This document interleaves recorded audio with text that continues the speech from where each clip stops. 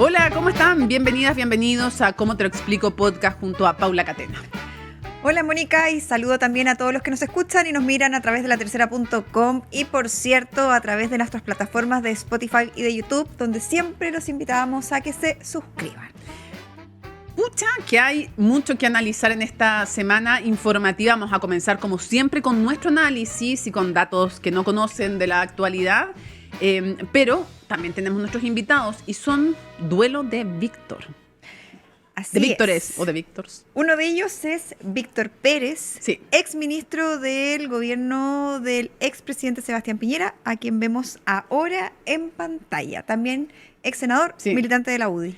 Y Víctor Ramos, ex subsecretario del Interior del gobierno del expresidente Gabriel Boric. Así es que sin más comienza, ¿cómo te lo explico?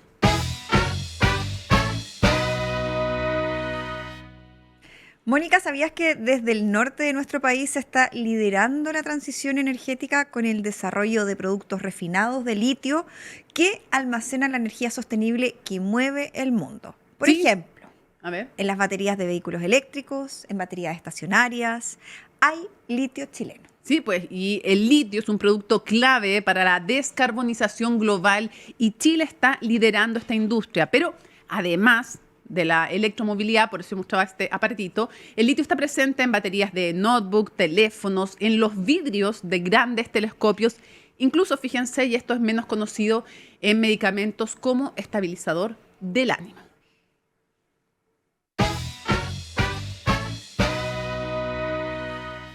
Ya, comenzamos la pizarra informativa y sin duda que uno de los temas que vamos a hablar hoy día tiene que ver con el ministro del Interior. Reaparecen los fantasmas en la moneda de cuánto poder tiene o no, y a raíz de que reconoció, bueno, otros dicen no le quedó otra, pero reconoce en un punto de prensa cuando le preguntan que no sabía. ¿No le quedó otra, crees tú? Una opción es que no le queda otra y otra opción es que haya querido dejar de manifiesto que no lo habían considerado.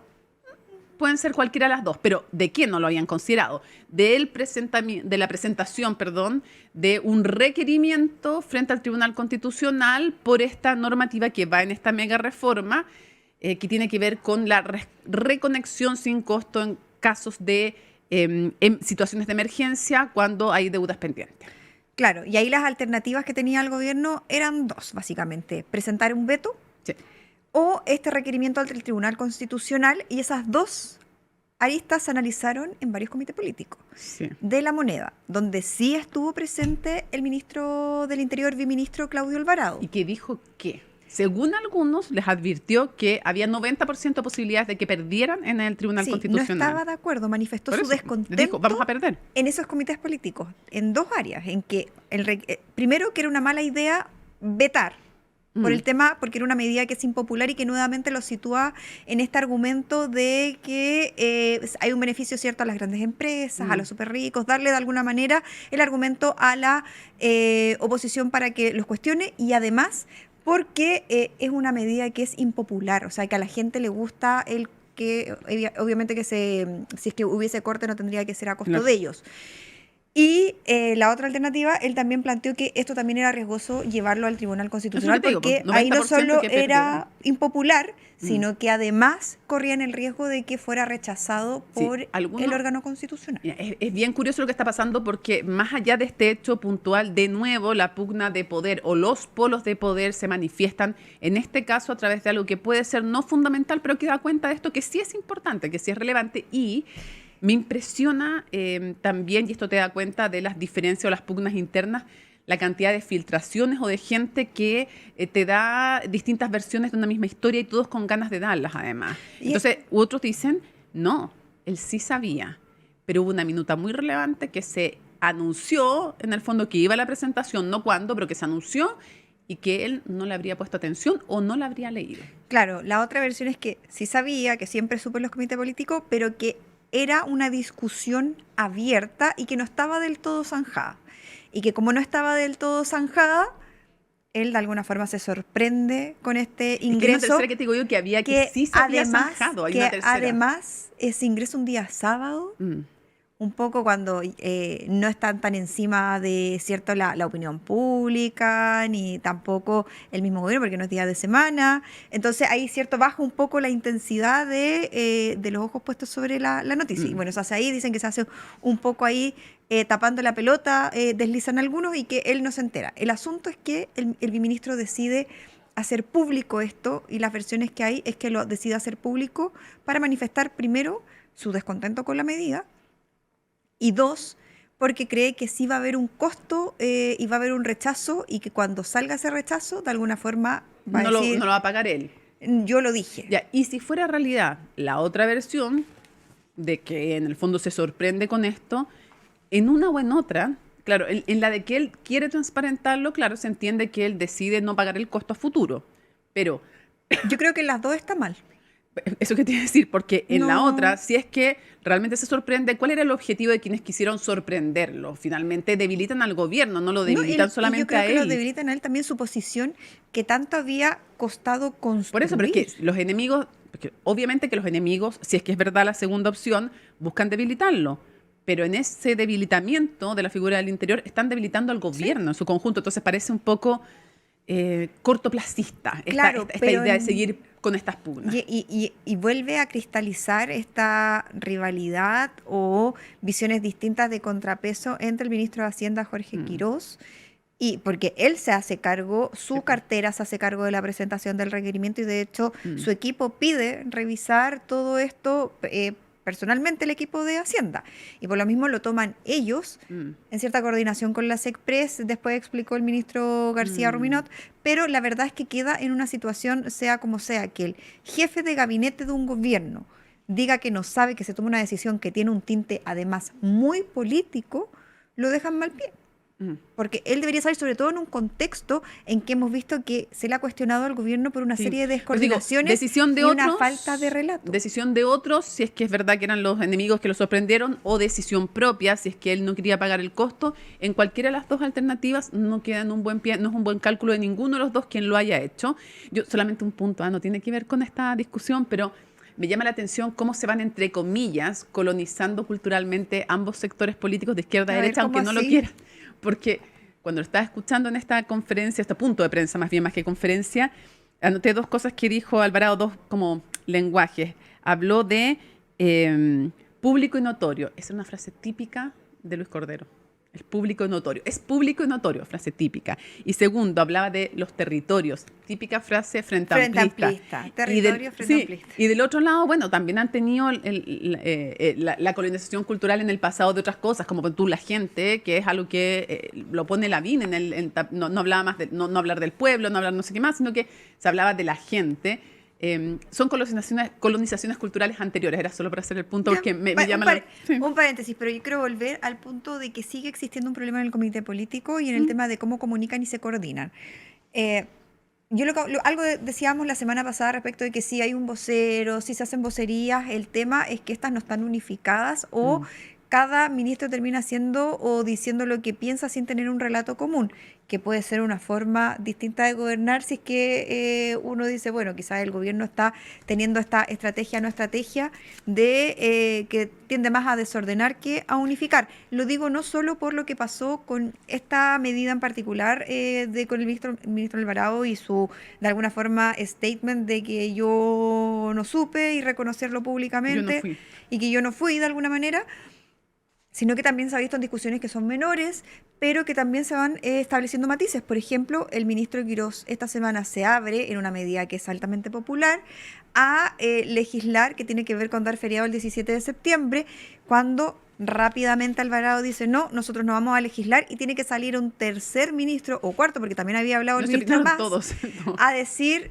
habló el ministro García, que da la palabra final, a decir, no vamos a innovar, no vamos a abordar esta materia. Te propongo que dejemos el tema constitucional para el final, pero abramos un espacio para hablar de esta oposición con esta reaparición en la presentación del libro de Eugenio Tironi, La Resaca, del expresidente Boric, y también en medio de esta pugna del Frente Amplio, más que pugna, es la competencia por la presidencia, y una, de nuevo, oposición que creo yo lo va a tener bien complicado en el tema de seguridad, a menos que logren hacer clic, porque tiene un gran apoyo esta agenda de seguridad, Y las reformas constitucionales, la verdad es que son algo difícil de aterrizar.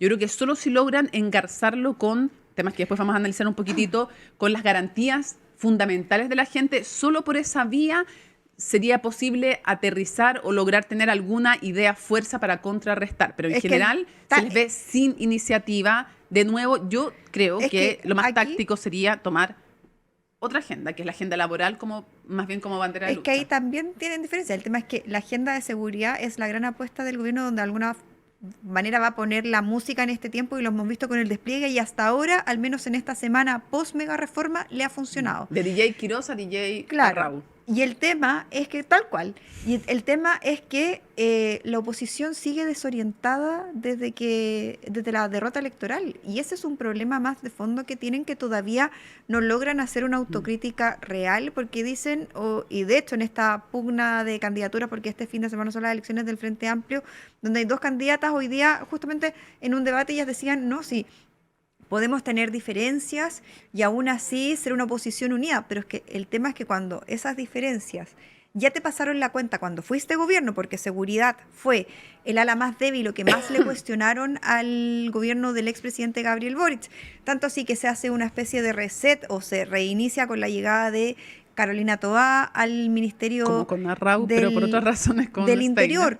Entonces, cuando ya ves que tu flanco más débil fue seguridad, y ahora en la agenda de seguridad vuelven a estar divididos, solamente esta semana en la votación, por ejemplo, en esta ley Naim Retamal 2.0, nuevamente se vio a la centro izquierda o izquierda dividida, cuando un sector del socialismo democrático vota a favor, y nuevamente el Frente Amplio y el Partido Comunista se paran de una vereda distinta. Yo entiendo lo que tú dices, pero yo creo que donde en el fondo sí va a haber de alguna manera más unanimidad en lo que tiene que ver con la Constitución, pero claro, de nuevo eso es algo que es más lejano para la gente, hacer la bajada de cómo se paran y lograr ver si es que efectivamente, por eso yo digo que esta reforma puede ser el gran nuevo test para la centroizquierda, para ver si por lo menos logran alinearse y mantenerse unidos respecto de la reforma constitucional que se plantea, sobre todo lo que tiene que ver con el establecer a nivel, a rango constitucional, la pérdida de derechos sociales, eso sí. Que eso puede ser que tengan una bandera de lucha común. Yo creo que va a ser más relevante tener una bandera de lucha común, más que del tema de los derechos sociales, porque es que es súper popular. Los derechos sociales puedes ganar la batalla a nivel de opinión pública, porque el gobierno... Yo creo que no. Es que yo creo que si ellos... Es súper popular castigar a la gente que comete actos graves con la pérdida de los derechos sociales. Claro, pero si ellos lo llevan a que esto podría abrir la puerta para extender un castigo más amplio, que es el argumento que empiezan a esgrimir algunos, y de establecerlo como una excusa para retirar beneficios sociales. Que el gobierno lo que está haciendo es retrotraer, si empiezan a utilizar ese argumento y ese argumento empieza a permear, puede generar algo, porque el tema es que lo que hemos visto hasta ahora... Por el lado del castigo no. Por el lado del la gente que lo quiere, la gente lo quiere. Es que a eso voy. El tema de lo que hemos visto en los primeros sondeos de opinión, el gobierno cuenta a su favor con un alto respaldo ciudadano. Y de hecho, en paréntesis, ellos van a usar esta herramienta para apuntar a lo que se denomina, ¿cierto?, como el castigo público o el costo político de votar en contra. Y a eso van a apelar. Aquí es a emplazar a la oposición a que si no están de alguna forma con el proyecto del gobierno, lo que están haciendo es beneficiar la delincuencia y que haya un castigo ahí. Desde una perspectiva, creo que el gobierno sabe que no es muy fácil que tenga los 4/7 por una reforma constitucional. No, 29 salvo votos. La del artículo 1, que es agregar esto que sea redundante o no. Yo creo que a nadie le va a importar mucho y lo van a aprobar todos. Ya, listo, check. Ojo, pero que algunos creen que es innecesario. Pues sí, está bien, pero si es innecesario lo van a aprobar, porque no se van a comprar una pelea por las puras. Ya, check con eso. Y puedes decir, oye, yo esto sí lo aprobé, sí lo apoyé, ya. Pero en el tema de los derechos fundamentales, yo creo que tal vez pueden lograr hacer un punto de decir...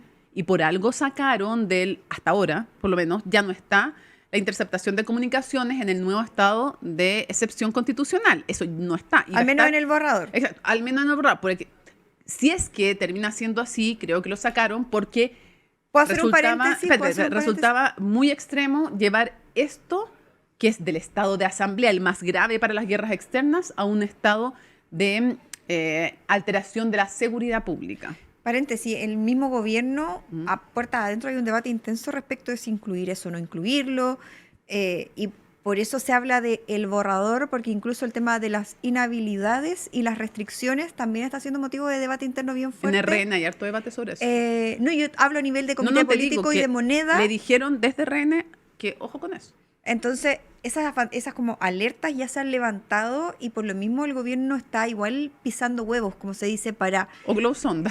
Claro, para ir tanteando y además porque justamente necesitan un quórum elevado y ya algunos parlamentarios del socialismo democrático han dicho que a la reforma, a este tipo de reformas constitucionales no, y también a la que tiene que ver con crear este quinto estado de excepción, este estado de seguridad, que también hay harta resistencia, porque incluso en la misma derecha que ya ha dicho que esas herramientas se pueden utilizar con los estados de excepción actuales. Lo que pasa es que ahí en el quinto estado de excepción que quieren plantear, despejaron algo sacándolo de las telecomunicaciones. Con eso se les iba a ser súper difícil pero aprobarlo. Hay dudas respecto todavía de que sean los carabineros los que tengan el mando de ese estado. Justamente eso iba, que creo que por el lado de quién va a tener el mando de Fuerzas Armadas, entre comillas, subordinadas a policías, eso es algo que incluso entre sectores de las derechas complica.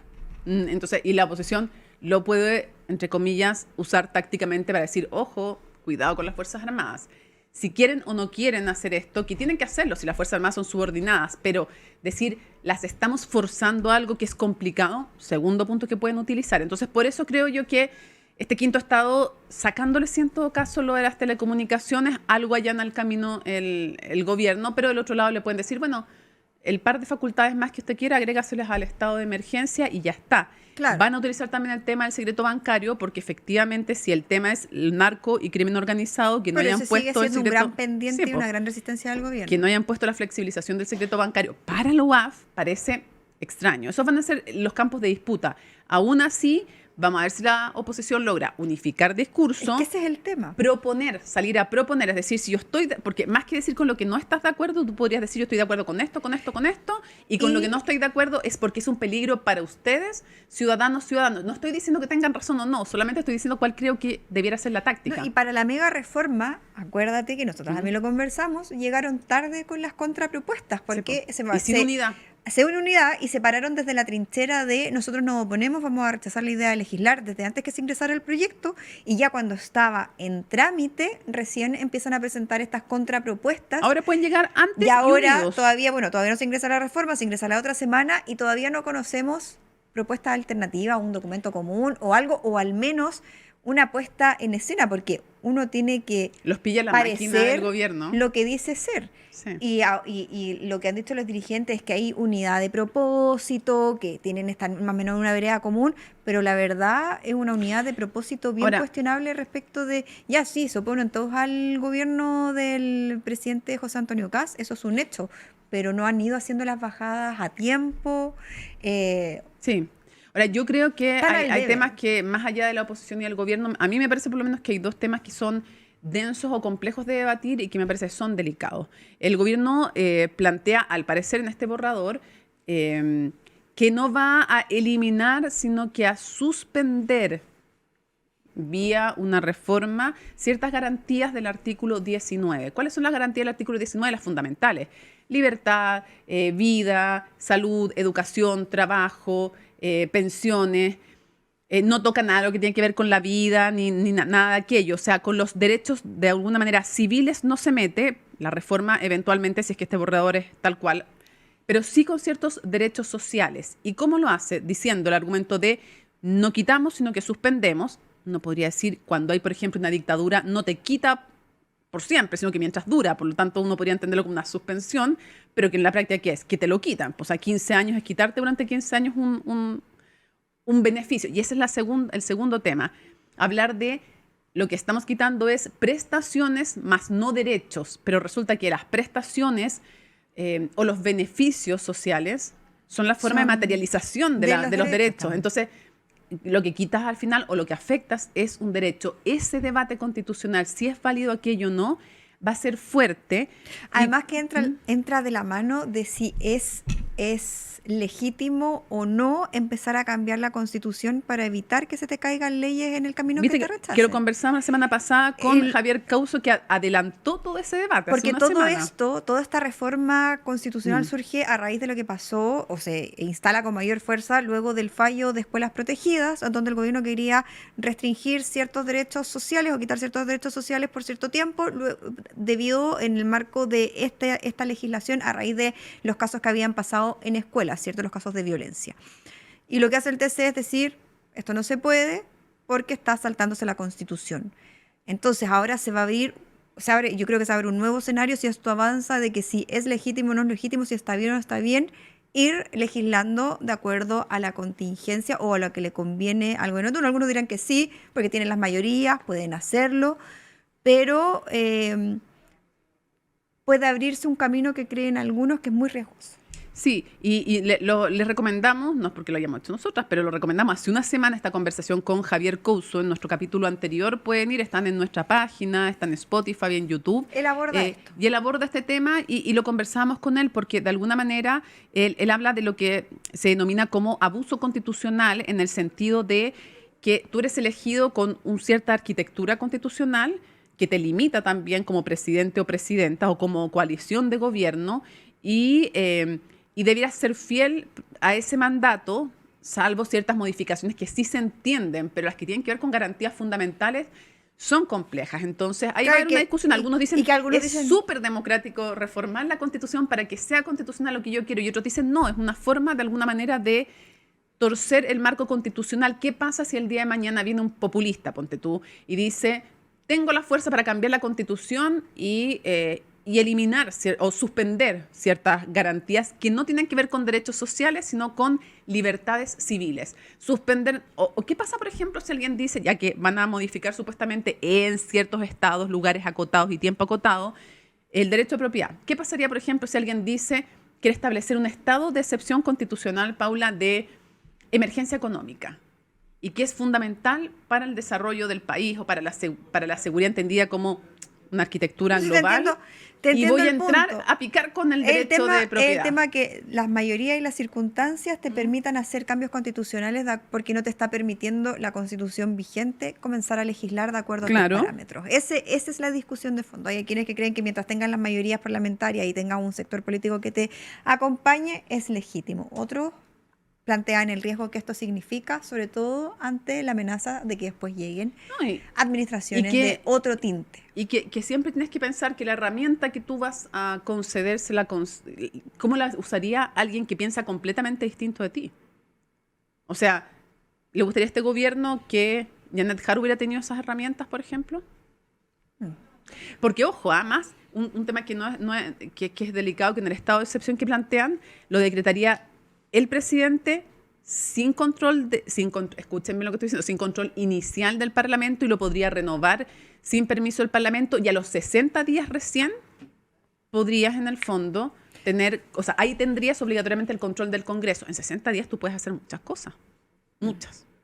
Bueno, y de esto y más podemos conversar en los próximos capítulos. Partimos con este.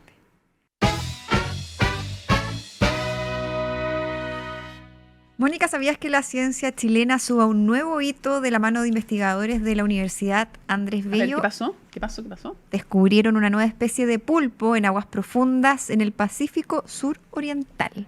¿Qué me dices de eso? Yo lo encuentro notable. Es pariente del pulpo Paul. No, es más relevante todavía porque este hallazgo tan importante eleva a 11 el número de especies reconocidas a nivel mundial dentro de este género, y a la vez amplía el conocimiento sobre la biodiversidad marina de Chile, que ya es fuerte, ya es importante, y así se fortalecen las bases científicas para su conservación, posicionando la investigación además chilena en la vanguardia del estudio de los ecosistemas oceánicos profundos. Para conocer sobre esto y mucha más información en aporte.unap.cl. Muy bien.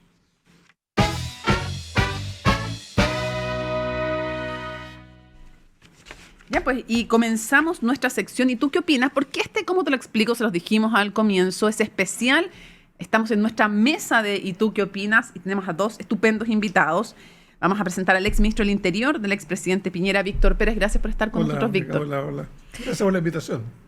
Y también está con nosotros otro Víctor Ramos, Dame salud, ex Víctor. subsecretario del Interior del gobierno del expresidente Gabriel Boric, a quien le damos la bienvenida también. Muchas gracias, a Paula, los dos. Mónica. Gusto estar acá. A ver, lo primero que queríamos de cada uno, en breve, para ir a fondo después con seguridad, pero primero un breve balance de estos 5 primeros meses de gobierno y de oposición, si tuvieran que resumir en algún concepto cómo han estado cada uno. Bueno, yo creo que estos 5 meses, en un tiempo extremadamente breve, se ha aprobado un proyecto relevante para el país.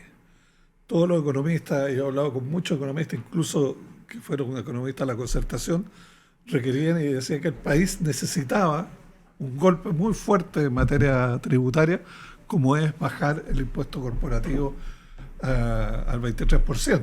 Muchos dicen que se debió haber bajado al 20%. Ricardo Lagos, Frey, todos lo tuvieron en el 20%, incluso en un momento dado 19%. Por lo tanto, no era nada refundacional, sino que verdaderamente un golpe de realismo de lo que necesitaba una economía que estaba estancada en los últimos 12 años y que genera mucha dificultad a la gente común y corriente, menos empleo, menos posibilidades de progresar. ¿Y algún debe, si ese fuera el principal logro, Bueno, yo algún creo debe que cuál? los debes del gobierno, sin duda, particularmente el primer mes, el diseño que se generó no se manejó adecuadamente y demostró falencia. Bueno, a mí no me llama la atención. Yo quiero recordar a aquel gobierno de Ruiz Tagle que en septiembre tuvo que sacar a todo el comité político. ¿Por qué? Porque muchas veces los presidentes miran un diseño y ese no resulta en la práctica. Pero rectificado el error, creo que el gobierno ha estado... Pero siguen bastante los bien. enredos en el comité político. Uy, ni Hay la- que ver esta semana No sabía. solamente El del ministro ministro del Interior Que no con el sabía. ministro Quirós, que tienen Pero mira, lo que diferencias pasa es que, constantes. en un tema como ese, lo grueso de la reforma que se aprueba como 40 temas distintos, que en uno no haya habido una información Igual es feíto, adecuada. igual es No, raro. no ha sido solo uno y Sí, son ¿Cuál es inform- uno? ¿Cuál es el otro? por ejemplo, qué hacer con el feriado del 17 de septiembre. Ah, pero Han ese tenido es un versiones tema- es un distintas. tema claro, Sí, y pero uno ahí- esperaría pero cierta no, coordinación. no, ahí es un tema absolutamente opinable. El 17 de septiembre, porque hay algunos que dicen que dar feriado el 17 de Ya septiembre se genera un entendió. impacto económico importante. en No, la si es obvio que es Se opinable. entendió El el punto es punto. que lo raro es que el gobierno no tenga una sola voz, una sola postura. ¿Por qué Eso no llámale- afecta al gobierno? No O afecta que el al ministro del gobierno. Interior no sepa que van a presentar una Pero- reclamación ante el TC. Igual es Porque raro. no es un tema del gobierno. Además, no están las ideas matrices. Yo creo que es un tema menor, pero no quiero ir al punto. Ya. Yo creo que esto ha habido un aprendizaje en los ministros en general de que verdaderamente el jefe político del gobierno es Alvarado. Y eso creo que esto puede ser una señal para que nadie le quepa duda. Ya. Ya. Víctor. Bueno, Ramos. yo creo que estamos entre tocayo acá. O sea, si tú ves el 11 de marzo y ves los indicadores de Chile, Chile iba a crecer al 2,6 y iba a seguir aplanando la inflación. Si tú lo ves hoy día, la perspectiva de crecimiento que tenemos es del 1, y algo por ciento y una inflación que podría ir al alza. Igual estuvo Si la eso hubiese guerra de ocurrido- por sí, medio, sí, digamos. sí. O sea, digo, para que nos Sí, conozcamos. y en el primer año del presidente Gabriel Boric también hubo una guerra de por medio, que fue la invasión de Rusia a Ucrania, y de hecho entramos con con un recalentamiento de la economía, donde la inflación tenía que llegar a 2 dígitos. Y tuvo que llegar a 2 dígitos en agosto cuando empezamos a aplanar esa curva. Pero en pocos meses de gobierno la curva se empezó a aplanar y el país creció. Finalmente, si el presidente Boric hubiese asumido este 11 de marzo y hubiese pasado de 2,6 a 1% del PIB de perspectiva de crecimiento, lo estarían crucificando en la plaza pública. Entonces yo creo que hay que medir con la misma vara a este gobierno con la cual se hubiese medido un comportamiento como este, porque además no entras dentro de una crisis inflacionaria, no entras de una pospandemia, no entras con las fronteras desbordadas, no entras con la violencia que nosotros tuvimos que ver en la macrozona sur, no entras tampoco con los rucos en medio de las plazas, no entras con ninguna de esas crisis abiertas o lacerantes, digamos, como estaban en ese momento, sino que entraste con condiciones de gobernabilidad distintas. Y así todo, vemos que 5 meses después crecemos menos y tenemos una perspectiva económica mejor. Y además, la ciudadanía está más pesimista. Además, hay más desempleo.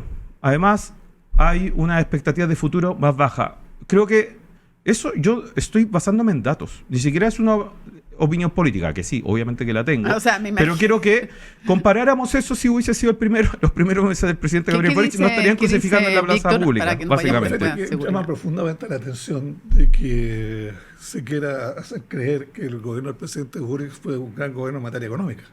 O sea, el país lo vio, por eso nosotros ganamos con el 58% y por eso fueron rechazados en las urnas, porque no solamente el crecimiento era mediocre, 2%, y eso nos abrazamos, eso demuestra mediocridad. El mejor uno.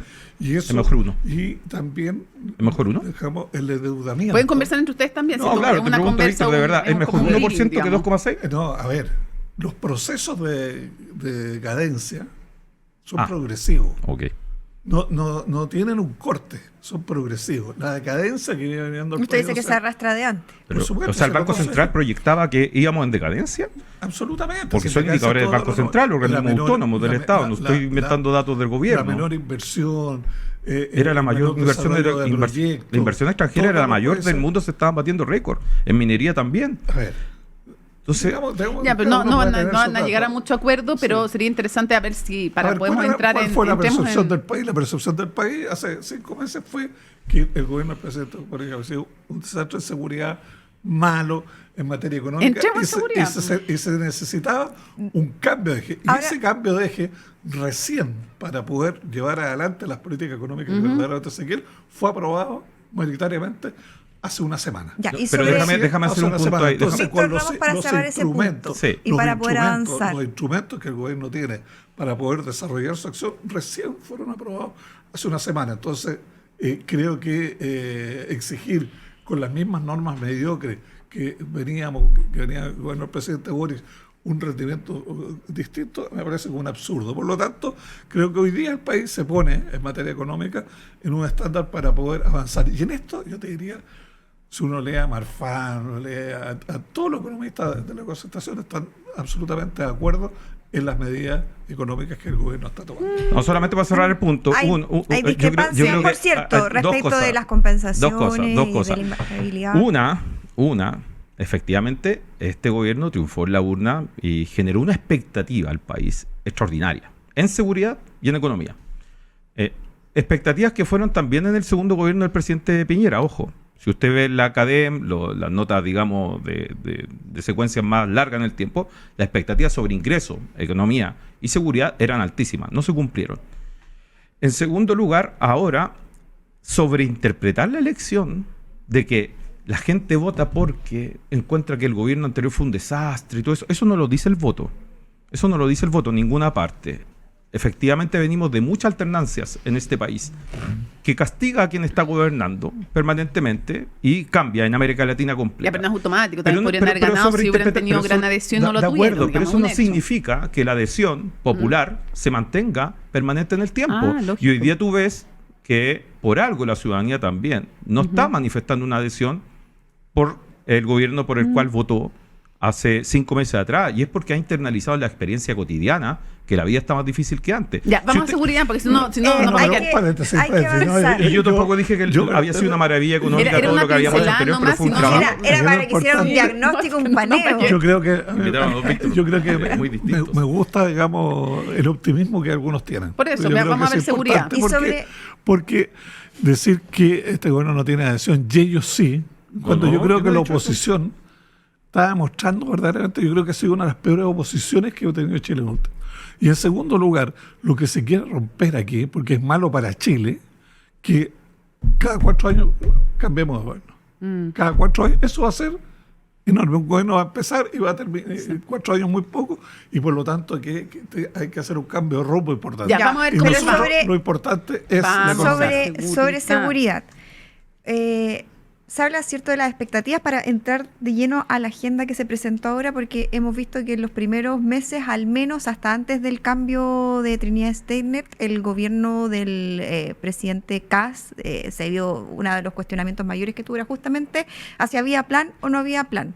Ahora defienden que sí hay un plan y se ha dado a conocer en términos generales todavía, falta que se ingrese la reforma, pero ¿cree que es necesario esta reforma constitucional respecto de establecer la seguridad pública como una obligación del Estado e incluirla en el artículo 1 de la Constitución? A ver, yo creo que el tema del crimen organizado, del narcotráfico, del cibercrimen, son fenómenos recientes, son fenómenos nuevos. Y el Estado tiene que tener herramientas para combatirlos. No hay duda que cuando se redactó la Constitución del 80, este era un problema. No existía. Y por lo tanto, y no había manera de preverlo. Por lo tanto, creo que un gobierno democrático, un gobierno que respeta las instituciones, que nos dice que hay que pasar la retroexcavadora, que nos dice que hay que saltarse la Constitución y aprobamos todos los proyectos de ley constitucionales. Un gobierno democrático tiene que ir al Parlamento para decir, ¿sabe? El Estado requiere nuevas herramientas. Y esas herramientas básicamente van en el sentido de que las fuerzas armadas puedan participar. Pero el primer pedacito, porque vamos a ir por cada una de las partes, pero la primera pregunta era por el artículo 1. Sí, claro. Si es necesario incorporar esto ¿Tiene a rango efecto, no tiene constitucional. efecto? Yo creo, mira, Porque podemos ya han tener- surgido los primeros Sí, cuestionamientos pero por parte siempre. A del ver, propio sector. A ver, cuando uno va al Congreso Nacional, cuando uno va al Senado, va al Cámara de Diputados, es para debatir, no para que todos se cierren de uno. Es para debatir. Sí, otros son los que alteraron las normas democráticas y aprobaban proyectos inconstitucionales. Otros. Nosotros no. Nosotros vamos a respetar la palabra del Congreso y vamos a tratar de convencer. Y creo que es necesario que el Estado tenga nuevas herramientas porque tenemos una situación extraordinariamente compleja. Cuando uno mira a Ecuador, cuando uno mira a otros países de Latinoamérica, cuando uno va a México, la situación verdaderamente para la gente es ¿A desesperada. cuáles normas inconstitucionales se refiere que otros aprueban? Pero, a ver, durante el periodo del presidente Piñera se aprobaron todas las normas constitucionales, las más espectaculares, que hoy día todos se arrepienten. Pero con votos del propio sector de ¿Quién las ustedes. impulsaba? Figura demagogo existen en todas partes, pero ¿quién las impulsaba? Los retiros. Los retiros. Pero ahí se fueron- plegó toda la derecha. No, casi, pero una gran parte. No toda, ni gran parte. Ni gran Pero parte. se desordenó. Yo voté en esa circunstancia y en nuestra bancada Ya. fueron dos nomás. Igual es un tribunal constitucional que el que zanja si algo es constitucional o no. No, claro, pero el Tribunal Constitucional en esa época, ¿Qué? como se le entregó a la calle todo, aprobó todo. Pues, entonces, pero nosotros somos distintos. Igual es un poco injusto cuestionar al TC cuando te vota una norma o la vota a favor o en contra, dependiendo de la perspectiva que uno tiene, y después aplaudir cuando No, hace un fallo que... Yo nunca aplaudí al Tribunal Constitucional por uno u otro fallo. Creo que el Tribunal Constitucional tiene que hacer respetar la Constitución. Y nosotros tuvimos un buen periodo en que no se respetó la Constitución y el Tribunal Constitucional, con mayoría. Ya, pero en la nuestra, norma... no la- Ya, pero en la norma eran Esta no- constitucionales, las declaró constitucionales. Pero hoy día ¿Mm? nadie te dice que es una norma constitucional. Ya, Y pero se aprovechó eso. Entonces, en conclusión respecto a la reforma de la ahora reforma, del yo ¿Será creo que son efectivo? nuevas herramientas que son necesarias. Ahora, el Congreso debatirá, habrá ideas, habrá contrapropuestas, y podemos mejorarlas o no. Pero nosotros creemos que frente a la magnitud del crimen organizado, el Estado tiene que tener herramientas distintas a las que hoy día tiene. Víctor Ramos. Sí, bueno, primero que todo, yo creo que en seguridad la ciudadanía tiene una expectativa extremadamente alta de mayor protección. Creo que el diálogo y los acuerdos transversales en esta materia son fundamentales. Creo y extraño que no se haya abierto un espacio de conversación previo para poder reformar la Constitución, que no es como que estás cambiando la puerta de tu casa o la ventana. La mala de los cuatro generales, pues, entonces no hay que cambiarla. Yo creo que en democracia lo que rigen son las constituciones y el Estado de Derecho nos rige a todos. Por cierto. Y si esa constitución se impuso por la fuerza, Fue aprobada 3 veces por Chile, todos los chilenos. si esa constitución se impuso por la fuerza, pero es el marco constitucional que nos rige, todos tenemos que respetarla, ¿no? Y eso no es aceptar su origen, es simplemente validar y legitimar que es el Estado de Derecho el único marco que nos va a regir en la vida pública para poder gobernar. Pero, Ahora, Víctor, dicho eso, no es legítimo que el gobierno quiera cambiar la... Exacto, es que me parece, es completamente legítimo. La preocupación que tengo es que se está tratando a la Constitución como una coyuntura política. Y eso es un problema, porque abres esa puerta y no sabes dónde terminas. Y venimos de 2 procesos constitucionales fallidos, donde la ciudadanía ha dicho que no quiere que hayan cambios. Y resulta que este gobierno, de hecho, actual representante, llamaron permanentemente a que no se tenía que cambiar la Constitución en ningún... Y luego apareces 5 meses después de una ministra que salió de seguridad, porque hay un cambio de gabinete, y apareces con una agenda donde una de tus propuestas, es un cambio constitucional. Me parece que políticamente es riesgoso. ¿Por qué vas a llevar a la Constitución a un debate coyuntural? Si dentro de los límites del Estado de Derecho y la Constitución actual se han podido crear capacidades dentro del Estado que han logrado ser efectivas para combatir el crimen organizado. Y no digo que esto sea solamente un logro del gobierno del presidente Gabriel Boric, porque concurrieron en 70 leyes todas las fuerzas políticas prácticamente. Y además se creó un Ministerio de Seguridad que hoy día tiene una política nacional de seguridad que le sirve a este gobierno también. Por lo tanto, son políticas de Estado. Y si tú quieres que la seguridad siga siendo una política de Estado, debes generar un diálogo con las fuerzas de oposición. Si tú quieres llevar la seguridad a la coyuntura política para crear disputas políticas, coyunturales, etcétera, y además reformar la Constitución, yo creo que es un camino equivocado. Ya. Después hay hartas cosas que podemos ir debatiendo de estas reformas constitucionales y de la agenda de seguridad, pero y no se van a poner de acuerdo. Los que antes decían que había que cambiar esta Constitución, hoy día respecto a este punto creen que no, y al revés, quienes fueron fieles defensores de que no se modificara, perdón, tan taxativamente. Creen que sí es una buena idea. Pero, más allá de eso, ¿es útil o no es útil poner como deber, poner como deber del Estado la seguridad? Hay quienes dicen, eso ya está, o sea, es redundante, y otros dicen, sí, produce un cambio realmente radical. Pablo Longueira nos decía que encontraba que no era necesario, decía hace algunos días. Otros pueden decir, sí es necesario. Más allá de que no haga daño. Pero eso está el debate. ¿Por qué piensa usted? Pues eso es lo que queremos preguntarle. Pero en primer lugar, digamos, la Constitución del 80 tuvo muchas modificaciones. Las principales, la del año 2005. Después, usando la coyuntura política, usando una elección, se quiso hacer tabla rasa con la Constitución del 80 y fracasaron. Y por lo tanto, aquí lo que se busca es un tema muy acotado de incorporar la seguridad nacional con la seguridad pública. Porque es hoy día el tema que impacta, no es un tema coyuntura, es un tema de futuro, cómo las organizaciones criminales se van desarrollando. ¿Usted cree que sí va a servir? Ya. Yo creo que va a ser útil. Ok, Víctor. No creo que sirva para los efectos que la ciudadanía está esperando. Pero no daña tampoco. Sí, pues. Es que mi punto es político. No digo reforma, no digo reforma porque ya vamos a empezar en los temas más polémicos de garantía y todo eso. Sino que ponerle, al principio, ponerle en el artículo 1 que es deber del Estado la seguridad. Eso, solo eso. Uno no empieza a trabajar las vigas de su casa para cuando tiene que reparar una cañería, ¿me entiendes? Acá yo creo que si usted me dice que esto es una cosa muy simple, usted no toca la carta fundamental a cada rato. Ya, entendido. Vamos lo lleva a la coyuntura política. Claro, vamos al siguiente punto. Independiente de quién gobierne, porque además si usted empieza a cada vez que necesita superar una adversidad, que en este caso fue el Tribunal Constitucional fallando en contra en aulas protegidas, porque yo creo que por allá va, usted reforma la Constitución. Entonces, el precedente que le marca al gobierno siguiente, si es del color político distinto, yo le pregunto al actual gobierno, ¿usted está marcando el precedente para que el siguiente gobierno, si es de un color político distinto, modifique cada vez la Constitución que le dé la gana? Y me parece que, viendo por esa perspectiva, le estamos sumando estabilidad a nuestro país, le estamos transmitiendo tranquilidad desde los sectores políticos a nuestro país de que las cosas van a ser predecibles, que es lo que está esperando la ciudadanía, un horizonte predecible de crecimiento económico, de seguridad, etcétera. Entonces creo que tenemos que ser responsables, pues, Mónica, por eso no es tan banal. Víctor, sobre ese punto, esto sí, pero solo para contextualizar, sobre ese punto en particular, lo que él plantea de que cambiar la Constitución de alguna forma, porque él desliza lo que pasó con Escuela Protegida, que algo de eso hay en la decisión del gobierno de reformar la Constitución. De hecho, parte con eso, al menos el borrador del proyecto. Para usted, ¿es válido reformar la Constitución para que de alguna manera no te echen abajo una ley? A ver, ¿qué es lo que está pidiendo la ciudadanía? La ciudadanía, en todos los tonos, y voy a llevarme a lo que han planteado los alcaldes de oposición, digamos, más seguridad.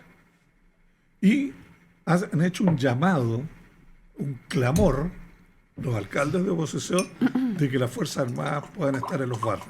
Eso no se puede hacer si es que el Congreso no autoriza un cambio constitucional. Y por lo tanto, lo que está haciendo el gobierno es decir, ¿sabes? Esta cuestión es muy acotada, porque nosotros no queremos transformar que el rol de las Fuerzas Armadas sea de orden público. Una cosa acotada, de apoyo y colaboración. Pero cualquier actividad que realiza la Fuerza Armada requiere del respaldo constitucional. Las Fuerzas Armadas no pueden actuar en orden público. Por eso en estado de emergencia sí. Si usaran en estado de emergencia podrían. Lo que pasa es lo siguiente, digamos. Uno es un estado de excepción constitucional, por ejemplo, en la macrozona sur, y otro porque hay un territorio inmenso que tiene... Pero el estado de emergencia, uno define el territorio, lo puede hacer tan grande o tan pequeño como uno quiera. Pero tiene que hacerlo localizado porque el tema aquí... Sí, pero se puede actualmente. Todos los estados de excepción tienen que, salvo el estado en el fondo de sitio de asamblea, uno los puede localizar geográficamente, más grande o más chico. Pero va unido necesariamente cuáles son las atribuciones que en materia de orden público que vamos a entrar a Fuerzas Armadas, cosa que en el estado de excepción constitucional es extremadamente amplio.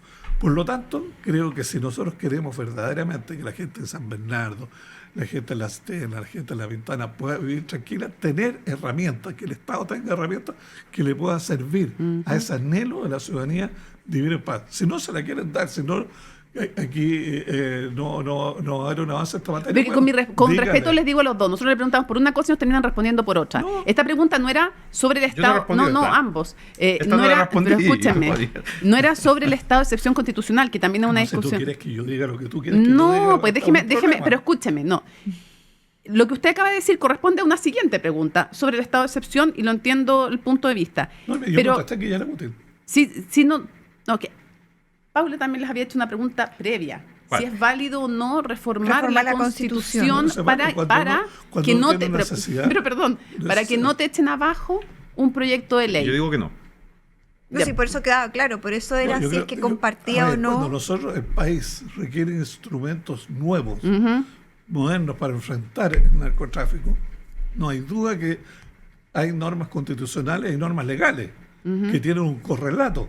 Por lo tanto, necesariamente, si tú vas a aplicar normas legales, esas normas legales tienen que tener una correspondencia con la Constitución. Y es absolutamente válido. El Estado requiere de herramientas para combatir el narcotráfico. Y eso es lo que se tiene que hacer. Esa era la pregunta que les había. No se lo dije varias veces. Ahora, como ya respondió esa, y Víctor ya había respondido la otra en su propia... claro, falta la pata. Si crees que es necesario un nuevo estado de excepción de seguridad, que esa parte no la respondiste porque había respondido lo anterior. No creo que sea necesario. Y me cuesta entender todavía cuál es la idea detrás, si es que no es el tema de retirar políticas sociales o derechos, etcétera. Pero que Víctor dice que ve una diferencia con un estado de emergencia en el sentido de que las atribuciones que se le entregan en el estado de emergencia a las Fuerzas Armadas son más amplias, estas serían más acotadas. Claro. Sí, por eso yo no creo como mi tocayo dice, ¿no? Yo creo una cosa bien distinta. Creo que además operativamente es una cosa muy compleja lo que están proponiendo. Primero porque las Fuerzas Armadas están hechas para la defensa nacional. Y habiendo trabajado junto a ellos en diferentes momentos como la frontera o la macrozona sur, evidentemente que no les acomoda estar cumpliendo funciones de orden público. Evidentemente que ellos quieren destinar su energía y su cabeza a mantener la soberanía nacional y la defensa de nuestro país. Los especialistas en esto son carabineros, son la policía de investigaciones. Y no quedan claros cuáles son los objetivos que se persiguen detrás, cuáles son los indicadores que esto sí nos habilitaría.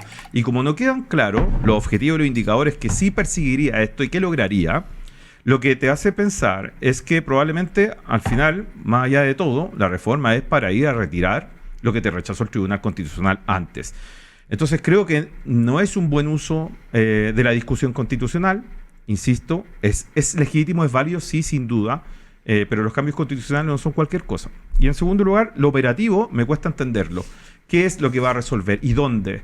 ¿Qué barrios? ¿Cuáles son esos barrios críticos? Todavía no los dicen, ¿no? Dijeron 50 barrios críticos, todavía no los conocemos. Estamos mezclando cosas, porque una cosa son los barrios críticos y otra cosa es un estado de excepción que según el momento se entenderá dónde se aplican. No es un estado de excepción para Mónica, los 50 barrios críticos. Mónica, lo que explicó el ministro en su momento al inicio fue que este estado de excepción le iba a permitir tomar el control de ciertos barrios que iban a estar Sí, pero no definidos son como 50, críticos. son esos, Claro. Ok, pero, ese- pero imagínense además no el ha dicho- problema no ha operativo dicho que usted tiene de eso. específicamente. Imagínense el problema operativo que usted va a tener. Primero, para definir con indicadores dónde se aplica.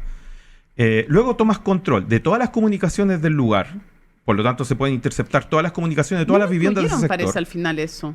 No lo sé. En yo el ente- yo borrador ente- al menos el borrador, no estaba. Eso me llamó la atención que no estaba. bueno, entonces, ¿para qué es esto? Insisto, me queda Para todavía... el narcotráfico y el organizado. Bueno, entonces el secreto bancario también es importante. De hecho, Italia, que puso, Romero puso de ejemplo Italia. Yo creo que un par de décadas de un fortalecimiento permanente de la persecución financiera les permitió tener grandes réditos en combatir a las mafias y el narcotráfico y el crimen organizado. Se centraron mucho en materias como la persecución de lavado de activos, etcétera, porque por ahí ocurría el tema. ¿Qué le impide ahora? Y no había ningún estado de excepción. Canadá, en nuestro en América, Canadá no tiene ningún tipo de excepción distinta constitucional. Entonces, Chile tiene unas tasas dentro de la OCDE que son más altas que el promedio de la OCDE, pero así todo no es de los peores países en las tasas de crimen organizado o tasas de homicidio de nuestro continente y de América Latina. Entonces, Víctor decía antes, miren Ecuador. Ecuador efectivamente desarrolló herramientas como esta. ¿Y dónde lo llevó? ¿Le mejoró su situación de seguridad? Hoy día Ecuador es un caos. Entonces, nos están comparando con países con El Salvador como Ecuador, cuando antes nos podíamos comparar con países como Canadá o como países nórdicos. Y yo no entiendo por qué estamos bajando tanto el nivel de la comparación de nuestro país, un país que tiene mucho más PIB per cápita que El Salvador, un país que tiene mucho mejores condiciones sociales que El Salvador y un país que tiene una prosperidad por delante si es que nos ponemos de acuerdo todos en materias sensibles como la seguridad.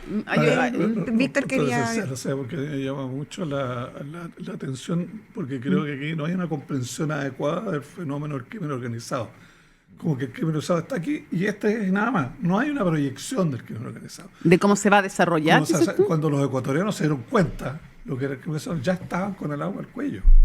Y eso todos los especialistas te dicen, si Chile no toma medidas adecuadas, vamos a estar en un momento dado en una situación. Claro, podemos tener hoy día mejores indicadores, pero eso significa que el crimen organizado no progresa, no se desarrolla cuando tiene recursos, logística, tiene todo. A mí me llama la atención porque el tema de las Fuerzas Armadas, ¿cómo? Me emociona escuchar a Víctor decir que las Fuerzas Armadas tienen que estar Es que para la estuvimos a defensa cargo de y la estuvimos soberanía, gobernando, pues, Víctor. toda la defensa de la Y lo soberanía. hicimos, y lo hicimos bien. Y había que mear en un casco militar. Entonces, el punto es el Yo creo que hay siguiente. que tener respeto, son fuerzas armadas que esto- son parte de todos los chilenos. y esa frase es muy respetuosa. Se Oye. refiere a esta. Pero es que, no, es que es la que gente, no- la gente va a quedar no súper sabe. colgada si no No, explicamos. si la Explica gente sabe. recuerda Bueno, a qué pero se expliquemos refiere. entonces, pues recordemos que se Explique. explicaban a la canción que citó el presidente Boric. Tengo la duda si era cuando era diputado o no. Yo Era no sé si candidato a ustedes- diputado. Gracias, que no me acordaba en qué momento fue, pero gracias por la precisión. Cuando era candidato a diputado lo entrevistan y en la entrevista cita una canción que tenía esa frase. Y no recuerdo quién es La el autor dice. de la... No la dice, dice, pues dice. eso es citar, Bueno, pues. Eso pero es citar, sí. es repetir la frase de otra persona. Claro, entonces, cuando Pero no me yo acuerdo el cito autor. frases de otra persona, Sí, la sí, hago sí, mía. no le estoy dando calidad positiva o negativa, solamente Pero estoy... el punto es y no me la acuerdo Fuerza el nombre, Armada. no me acuerdo Yo el no he autor. escuchado a personas de distinta naturaleza que dicen, no, las Fuerzas Armadas no pueden hacer esto. Fíjense, queremos su visión sobre un punto que está relacionado con este filosófico constitucional. Cáchense. Y es lo siguiente, miren. ¿Qué posibilidad hay o no? Es como, ¿cómo lo ven ustedes? De que de alguna manera meterse con el artículo 19 para gente en sus casas, el que tiene que ver con las garantías constitucionales importantes, fundamentales como educación, salud, puede ser complejo o no. Se los preguntamos en dos sentidos. Para ser justo, hasta ahora tenemos un borrador. No sabemos cómo va a ser, así que estamos hablando en base a un borrador. Puede que de aquí al lunes o el viernes cuando se presente esto sea distinto, así que estamos diciéndolo como está ahora. Una de las cosas que se plantean es no eliminar, sino que suspender lo que se llama en este proyecto garantías, que son la forma en el fondo en que se materializan, o sea, Sí, claro. o prestaciones sociales, que son la forma en que se materializan al final los derechos sociales. O sea, el derecho a la salud se materializará, no sé, en que yo vaya a un hospital, un consultorio, en que sea beneficiario o no del auge o de algo así, qué sé yo. Entonces la pregunta es, que se pueda de alguna manera suspender por X cantidad de años, 15 creo que estaban planteando, a quienes eran, en el fondo, que cometían delitos súper graves, ciertas prestaciones sociales. ¿Es algo aceptable o no es aceptable? Unos dicen la garantía es la forma de materializar el derecho social. Si se afecta el derecho. Otros dicen, no se afecta el derecho. Unos dicen, suspender no es lo mismo que quitar. Y otros dicen, bueno, mientras estás suspendido, no tienes. ¿Cómo lo ven ustedes? Ese punto desde el punto de vista, incluso si pueden tratar de trascender a la trascendencia, porque esto es un tema constitucional, filosófico. Mira, vuelvo a decir, el Estado necesita nuevas herramientas para enfrentar el crimen organizado, ¿sí o no? Esa es la primera pregunta que nos debemos. Segundo, ¿qué herramientas tenemos que Porque utilizar? no todas serán válidas. Pues. Por supuesto. Ya. Y por eso yo te digo, en el tema yo no me robo ninguna porque no las conozco y es un tema extremadamente difícil. Tercero, para ejemplificar los problemas, aquí hubo toda una acción política apoyada por la izquierda de destruir la educación pública. El mejor ejemplo es el Instituto Nacional. Era el foco de una nación, presidentes de Chile. Las personas luchaban por tener a sus hijos en el Instituto Nacional. Hoy día el Instituto Nacional ha sido destruido. ¿Y qué es lo que tenemos en el Instituto Nacional? Jóvenes, apoderados, a lo mejor profesores, con overoles blancos, digamos, tirando bombas Molotov y un accidente, digamos, de un baño en que explotan las bombas Molotov y tenemos niños que todavía están hospitalizados. La pregunta es, ¿el Estado, para mantener la tranquilidad de los alumnos y de los hijos de esos padres, puede tener un control de qué es lo que entra y no entra a ese establecimiento? Y si no, porque el argumento de no se puede atentar contra los derechos de esas personas, a mí me parece que estamos dando un paso en falso. Hay que hacerlo sin ningún criterio, hay que hacerlo común. Segundo, no hay duda, porque hay una afirmación de Víctor que yo creo que es exagerada, que aquí lo que se está buscando es solo con control policial. Todo el mundo sabe, es obvio, que solo por control policial se resuelven los temas, no se resuelven solo con control policial.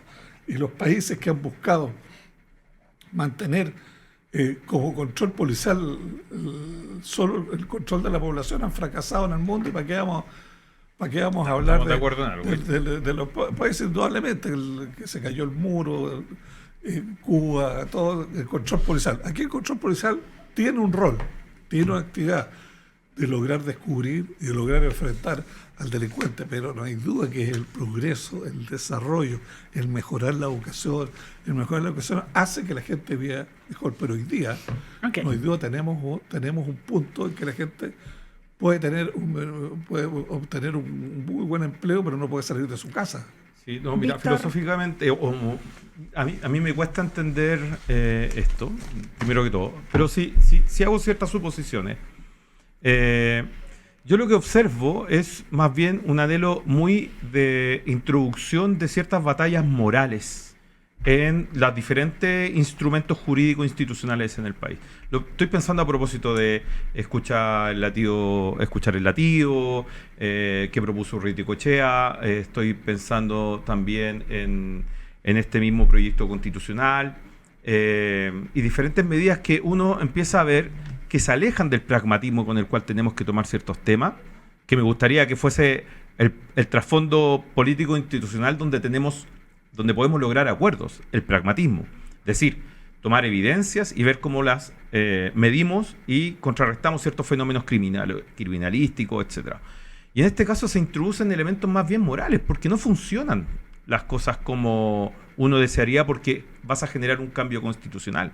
En la práctica son las capacidades estatales del día a día las que permiten resolver los problemas graves que afectan a la ciudadanía, no los grandes debates constitucionales, que son elementos que rigen la convivencia. Ya, pero ustedes cuando querían cambiar la Constitución decían justo lo contrario, que era fundamental el cambio de una Constitución para cambiar las condiciones materiales diarias de la... Pueden haber cambiado de opinión, yo no digo que no, pero es distinto el planteamiento. Desde el gobierno yo creo que uno toma un enfoque muy pragmático, que es resolver los problemas que a la ciudadanía le urgen. El gobierno Claro, fue pero Sin ustedes- duda, sin ustedes duda, sin duda, esperaron- sin duda. Cuando Ustedes tú esperaron gobiernas- el rechazo de la, Cuando- de la- no, del no, de hecho, proyecto ayer el presidente hizo una constitucional. reflexión importante, el expresidente Gabriel Boric hizo una reflexión importante también en el lanzamiento de Sí, que hizo una Eugenio mención Tirones. respecto de a cuáles que se había y que avanzado se, un poco antes. se gobernó desde el primer día. A mí Pero me el tocó, ritmo a mí fue me tocó mucho ir a menor. comunicarle al Congreso que íbamos a Fue decretar mucho estado de menor. excepción constitucional en la Araucanía el 17 de mayo, junto con la ministra Siches. Anunciamos el Plan Buen Vivir, anunciamos también mayor inversión en el complejo fronterizo que estaban completamente deteriorados. También introdujimos diferentes tipos de diálogo en materia social, como Claro, la pero muchas mencioné. cosas, decisiones las amarraron al desenlace. De acuerdo, pero de- sobre el punto en de la particular, convención. yo creo que para materias como la seguridad prefiero un enfoque pragmático, un punto de vista filosófico pragmático, si se quiere, donde podamos confluir todos, porque no es un juego. No es un juego donde podamos generar adversarios o buenos y malos, ¿no? Ustedes con la seguridad, nosotros con la seguridad y ustedes Ya, en ¿y le contra de la preocupa lo de las seguridad. garantías fundamentales? Me preocupa porque en el fondo, más que una utilidad concreta en la vida de la ciudadanía para que sea más segura, creo que lo que busca es un debate más bien político donde se puedan situar algunos al lado de ser más mano dura en la seguridad y allá otros que son mano blanda con la seguridad, ¿me entiendes? Entonces se pone en un plano distinto, pero cuando lo llevamos a la experiencia del barrio, de la población, donde afecta el crimen organizado, usted se va a dar cuenta que ese tipo de elementos no van a resolverle ningún problema a la Y ciudadanía. así como el gobierno está planteando este proyecto y esta agenda de seguridad, ¿ve margen para alcanzar acuerdos con ellos? Pero yo creo que siempre hay que estar dispuesto para la seguridad y para las cosas Porque no que... es solo Es la que tema hoy las constitucional. candidatas a presidenta del Frente Amplio, las dos decían que no había margen para llegar a Pero acuerdos. en lo No, no, no, constitucional no. o en nada. No, ella en, dice- en la ella- agenda de seguridad. Ah. Ellos le ponen la responsabilidad al gobierno No, y endosan la responsabilidad. creo que entender, y si es que vi la misma parte, creo entender que dicen que desde el gobierno no han observado voluntad de diálogo. Claro, y el gobierno Pero que ellas plantea siempre lo han estado dispuestas al diálogo. Y de hecho, el Frente Amplio, incluso antes de ser gobierno, cuando éramos oposición, también estuvimos dispuestos al diálogo en materia de seguridad. Porque sí fuimos y asistimos a la mesa. Destruir Carabineros. Eso Pero- lo plantearon. Lo pero- plantearon en todas partes, en el Senado, en el Congreso, en Sí todos lados. estuvimos dispuestos. Reformular Carabineros. Eso fue el aporte Sí, del sí Frente estuvimos Amplio dispuestos. De en hecho, la el presidente seguridad. el expresidente Gabriel Boric se sentó en la mesa de niñez. También acudió el alcalde en ese momento, Jorge Charp, a las mesas de seguridad. Entonces sí hubo una voluntad de ir a sentarse a las invitaciones que se hacían desde el gobierno Pero no de turno. institucionalmente. Y sí No, estábamos... Boris fue O sea, individualmente y Charp En el también. caso, en el No, caso de institucionalmente- convergencia social. Institucionalmente sí, no de fue. todas maneras, no voy a entrar a debatir así como caricaturas. Pero como al la que menos- está planteando al menos Víctor. de Yo lo creo que Voy a se hacer ve- una caricatura, así fueron los hechos. Pero ahora, Pero con este ahora, gobierno, en este gobierno, Víctor, pensando así en, fueron en lo los que hechos, viene de la discusión actual, ¿hay margen entonces para alcanzar? Por supuesto, Ahora, por supuesto que sí. indudablemente, sin duda. Más allá lo Pero- constitucional, pero porque quien obvio que lo quien constitucional. Lo pero quien constitucional conduce va a tiene una ser- responsabilidad Ya, mayor. Mire, pero una escuchen a propuesta- nosotros, no sé cómo van a propuesta- escuchar al gobierno, no una nos propuesta- escuchan a una- nosotros. una propuesta sensata va a tener acuerdo. Pero cuando tú te sientas a la mesa solo para destruir lo que te están planteando, es imposible llegar Ya, a pero, acuerdo. pero está claro que lo más difícil va a ser lo constitucional de toda la agenda, ¿o no? Va a ser lo más complejo, no lo más difícil. Si el punto es. Pero es donde vuelvo a más decir, necesitan a la oposición. Es que el Por número de votos. voto, Por voto, por quórum. necesita Cuatro séptimos. el Estado herramientas nuevas para enfrentar la delincuencia. ¿Sí o no? Oye, Pero- Evelyn Matei, está bueno eso. Evelyn Matei a todo esto dijo que le parecía que el objetivo de esta reforma que se planteaba era polarizar y que ni siquiera discutiría esta agenda, sino que iría ya. No, para que no se polarice, no se cope la agenda, dijo, que con este tema. ¿Cómo encontró eso de No, yo Evelyn creo Matei? que, claramente equivocado. Es otra afirmación muy equivocada. Dijo, ningún militar acepta esto. Sí, que el Claro, tema no, de no, estar en el no, estado ese- de excepción, Del estado de de seguridad, excepción, trabajando. eso- Esa es una aseveración muy grave. A ver, Los militares son disciplinados, subordinado. subordinados y se tienen que adecuar. Vuelvo a insistir en el ejemplo. Las municipalidades hace 20 años, 15 años, no tenían ni una experiencia en seguridad ciudadana. Ni una. Ya, pero usted cree que Yo está no sé. equivocada, Evelyn Matei, que el objetivo de esta agenda es polarizar. Absolutamente. Aquí la agenda de seguridad es darle tranquilidad a las personas. Ojo, se refería a lo constitucional, por si acaso dentro de seguridad, no se refería a toda la Pero agenda. Sí, claro. Te vuelvo a decir, tú al requerir herramientas nuevas, como este gobierno democrático que respeta el Congreso, respeta las instituciones, respeta la Constitución, tiene que ir al Congreso a debatirla. Yo no estaba citando a Evelyn nomás, no lo estoy diciendo. No, sí, pero es que hay un error que yo creo que se cae manifiestamente. Y estos 5 meses lo hemos tenido ahora por Igual suerte. parece como oposición, Evelyn Matei. ¿eh? Yo No, Evelyn Matei. Bueno, no sabría que preguntarle a ella, digamos, yo creo que por algo salió quinta, po. ¿Por qué salió quinta? A ver. Porque equivocó el discurso. El discurso de la campaña era contra el gobierno. Y ahora se equivoca en cuestionar tanto a... Mira, no, me gusta ser soberbio si se equivocan. Tenemos una opinión distinta. Ya, pero usted dice salió quinta. ¿Sí? Y que el principal De hecho, error fue... Llegar y atacar a Kast cuando ese no era el rival para nuestro ¿No fue ella electorado. la atacada? No, ella atacó políticamente. Primero dice usted que ella Sí, atacó. Todas las declaraciones fueron... ¿Y lo de los bots? Yo no sé, digamos, hay que falló algún tribunal, algo que demuestre que alguien le dio los bots, ¿no? Que usted O dice sea, que no lo le inventó. atribuye credibilidad. No, pero los bots fueron un tema que se utilizó en un momento dado para polarizar la campaña, ¿o no? ¿Quién lo ocupó? Eso se lo estoy Entonces, tratando. yo escuché que ella decía, me atacan los bots y todo. Ella Y si acusó fue eso así, del Partido es muy Republicano. malo, pero nunca nadie ha podido probar este fue. Usted se debería ir a tribunales. Si yo hago una acusación de que me están atacando, que me están, digamos, humillando, que me están, digamos, si creo en Estado de Derecho tengo que ir a tribunales. Sí, Si no, igual me llama la atención que dice salió, no salimos quinto. no salimos, que nos llevó al quinto lugar. Claro, nos llevó al quinto lugar. Y nadie se hace cargo del tema todavía. Nadie. En Chile Vamos, dice. De todos lados. ¿Quién debería hacerse cargo? Pero lo que dirigía la campaña. Víctor, para cerrar unas palabras, porque ya Un estamos punto, sí, sobre el tema. sobre el tiempo. Evidentemente que yo comparto que es una agenda que, y lo he dicho varias veces dentro de la conversación, Que es polarizante. que más bien busca establecer un clivaje político arriba de quienes están por la seguridad y quienes no están por la seguridad, porque empiezas a meter elementos que son fundamentales para el progresismo, como las garantías, como el tema de las políticas sociales, etcétera. Pero yo creo que por abajo, en elementos más pragmáticos, por ejemplo, está la agencia de decomiso, etcétera, vamos a estar de acuerdo. Probablemente la identificación en fronteras por parte de las Fuerzas Armadas, también vamos a estar de acuerdo en los elementos que son pragmáticos y concretos, que van a resolver un problema que hoy día estamos teniendo. Yo creo que va a haber bastante acuerdo.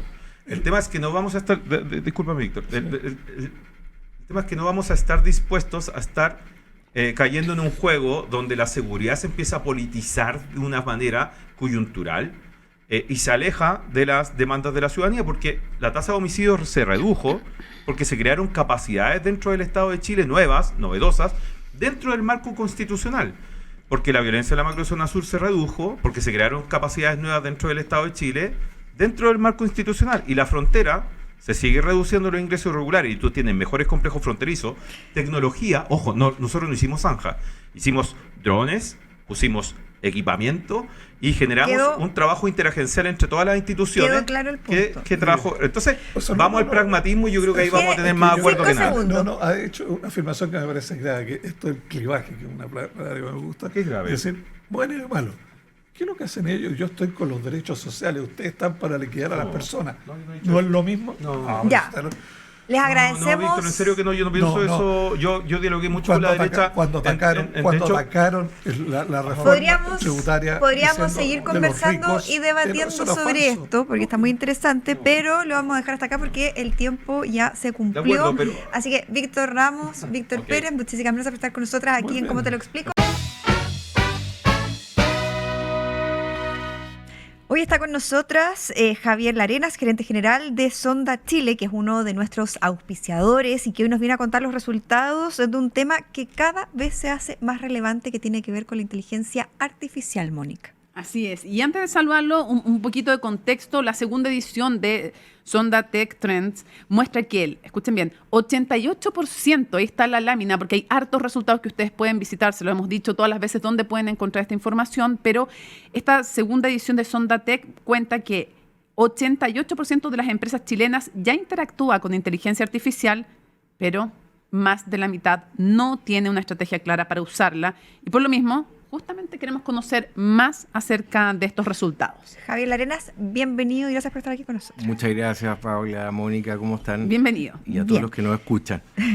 Bueno, el estudio, Javier, muestra que el 88% de las empresas, algo, decía Mónica, ya tiene algún grado de interacción con la inteligencia artificial, pero solo una minoría la ha integrado de forma transversal o como eje estratégico. ¿Qué necesita el mercado chileno para dar el salto desde la experimentación hacia una transformación mayor?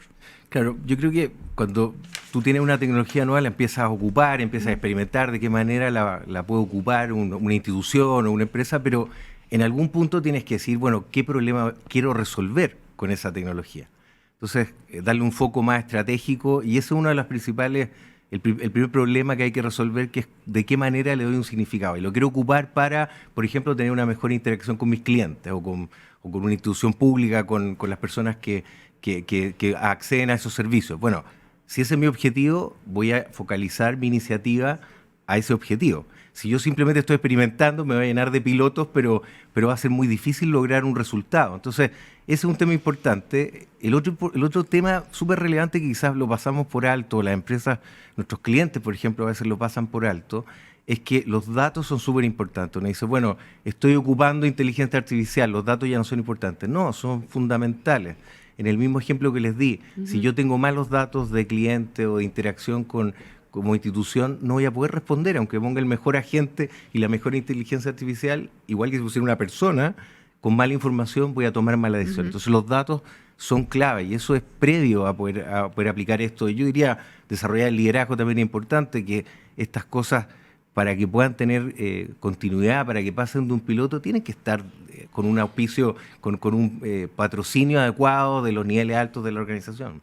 Ahora, cuando uno ve justamente esos datos, Sí. ustedes encuentran que hay falta de talento, no que haya falta de gente talentosa, sino de gente formada, a eso se refiere, gente formada, integración tecnológica, ausencia de estrategias claras, aparecen como principales barreras para la adopción de inteligencia artificial. Y entonces la pregunta es, ¿cuáles son los desafíos más urgentes de los nombrados? Y también, ¿qué puede hacer una empresa como Sonda? Bueno, yo creo que lo primero, ya lo dije, el tema de la estrategia es bien importante, porque es saber para qué, y eso parece trivial, pero no lo es tanto. Ya poder focalizar a las energías, digamos, en algo concreto. El tema de talento es bien interesante, porque fíjate que hemos estado durante mucho tiempo, yo participo también en el directorio de ACTI, y estamos desde hace muchos años viendo cómo desarrollar más capacidades, por ejemplo, en el desarrollo de software. Sin embargo, hoy día parte del desarrollo de software lo podemos reemplazar con capacidad de inteligencia artificial. Entonces uno dice, bueno, ¿cuál es el talento que quiero desarrollar? Y ese talento es entender cómo las herramientas que tengo hoy día disponibles de IA las puedo aplicar a resolver problemas concretos. Pero no es solo que sepan tecnológicamente cómo se integra un agente con un sistema, sino cómo puedo aprovechar eso para generar una ventaja competitiva. Es un desafío. Tengo que interpretar esa tecnología, tengo que saber cómo aplicarla. Y nosotros, bueno, lo que hacemos muchas veces con nuestros clientes es ayudarlos a traducir esa capacidad técnica para que les dé una ventaja o les ayude a resolver un problema que ellos tienen en algún tema concreto de sus procesos, de sus clientes, de la calidad de sus servicios. Javier, y si tuviera que proyectar el panorama de la inteligencia artificial de aquí a 3 años más, ¿qué tendencias crees que van a marcar la diferencia entre las empresas que lideran las industrias y aquellas que se van a quedar atrás? ¿Qué marca ahí la diferencia? Yo creo que todavía vemos la IA como una herramienta, ¿no es cierto? Como algo un poco externo que llega a nuestra realidad, pero de aquí a unos años más va a ser parte del paisaje. Entonces, lo que vamos a necesitar es tener empresas que ya no solo tengan un equipo de IA, sino que tenemos una organización diseñada Para eso. para aprovechar las capacidades de la IA, que es diferente, porque eso implica diseñar el trabajo de nuestro equipo de una manera diferente.